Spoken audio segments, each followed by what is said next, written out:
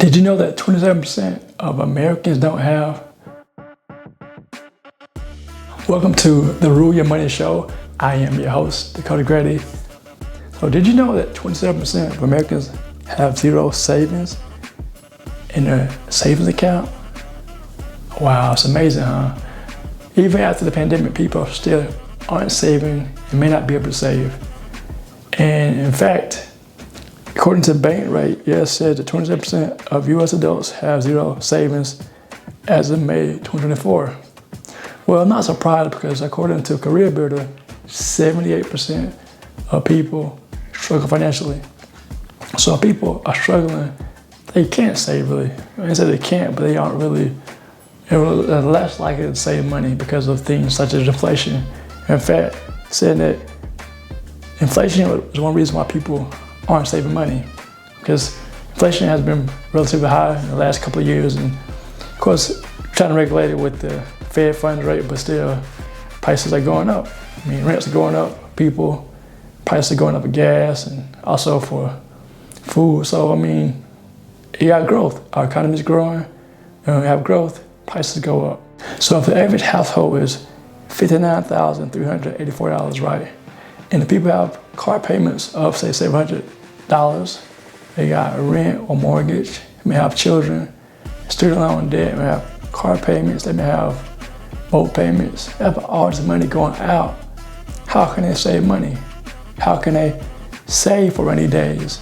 I want to encourage you to go to my website, dakotagrady.com, to help you save money on your taxes. I know tax season just ended, but it's always a good strategy to have tax strategies to save your money in your business. So go to dakotagrady.com, click on the link that says Tax Solutions, and get the free resource to help you with tax strategies for your business. I recommend saving between, at least for a minimum rainy day fund, $500 to $1,500 in a savings account that you can access if you need it, right? And once you're out of debt, increase that mini one to a mega rainy day fund of 3 to 9 months of savings, because if you have a home or you have a condo or anything that you're owning, you want to have some savings for rainy days, because you may have a leaky roof, you may have cars go out, you may have things that may happen that you don't expect to happen. So it's good to have a rainy day fund. Now, if you have no savings and you're over 40 years old, I think this is what you need to do. First, if you don't know how to handle finances, I recommend learning how to manage your finances first, because financial literacy is important. I didn't learn about it in school. I didn't learn it from my parents, so it's up to me to learn how to manage my finances. So it's your responsibility as well. So learn how to manage your finances. Secondly, if you have any debt, pay off all your debt, because when you have debt payments, your money's going out the door. And that's one reason why you probably aren't saving, because you have payments, mortgage, cars, student loans, medical bills. You have all these debts going out. So make sure you pay off your debt. And third, get you some savings. At the minimum, $500 to $1,500 in a savings account. $500 and $1,500 in a savings account. You can do it.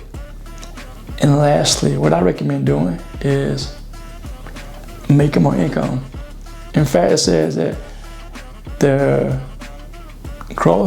wage growth rate versus inflation in 2023, according to WTW, salaries grew by 4.4%, while inflation was 3.4%. So it's a 1% difference. That's not a lot. So I recommend getting a plan. It's going to help you increase your income. Maybe you need to go back to school, get a degree in something that's going to help you elevate your income. Maybe you can learn a trade or a skill at a local community college, right? Or maybe you can go to learn about some courses or learn skills online that may be free or low cost. Maybe in the tech industry, maybe in taxes, bookkeeping, possibly real estate. You have different things you can do.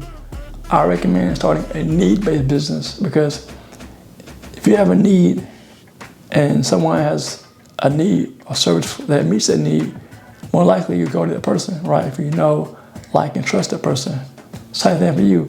If you have a need-based business and someone needs your services or your goods, then you'll likely have clients. Of course, you gotta market the business, get the system set up in place, but the whole point is you need to make more income.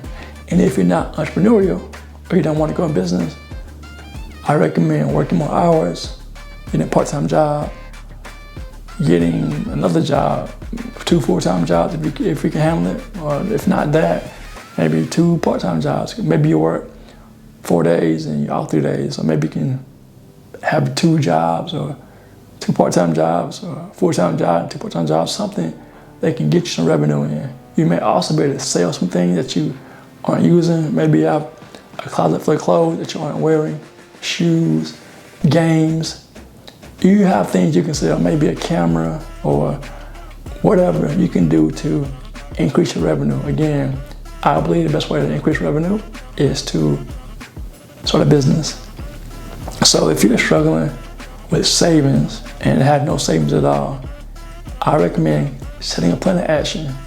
See what skills you have that you can monetize so that you can increase your revenue, or maybe get overtime at your job, start another job, or anything else. Maybe sell some things to get your revenue up, because I believe it's very vital that you have savings. Again, inflation is something you can't control, right? But what you can control is how you respond to inflation. And that response includes you getting more income, lowering your expenses, and I recommend getting as much income as you can. Exceed your expenses 10 times, 20 times if you can. Get your income up so big that saving money won't be a problem. So I know this probably was a short podcast show, but today I wanted to bring some value to you all and just encourage you to get some savings today. No matter if you're in your 20s, 30s, or 40s, or 50s, you can do this. If you still have breath in your lungs, you can make a way. I just want to encourage you all, save some money. In fact, I saw an article years ago, I don't recall the source of it, but it said we, meaning the US, had a negative savings rate. That's not good, y'all. Don't let that be you. Make sure you get some savings in your account and be prepared for any rainy days. Thank y'all for joining me for the Rule Your Money Show. And if you like this video, I want to encourage you to watch the next one.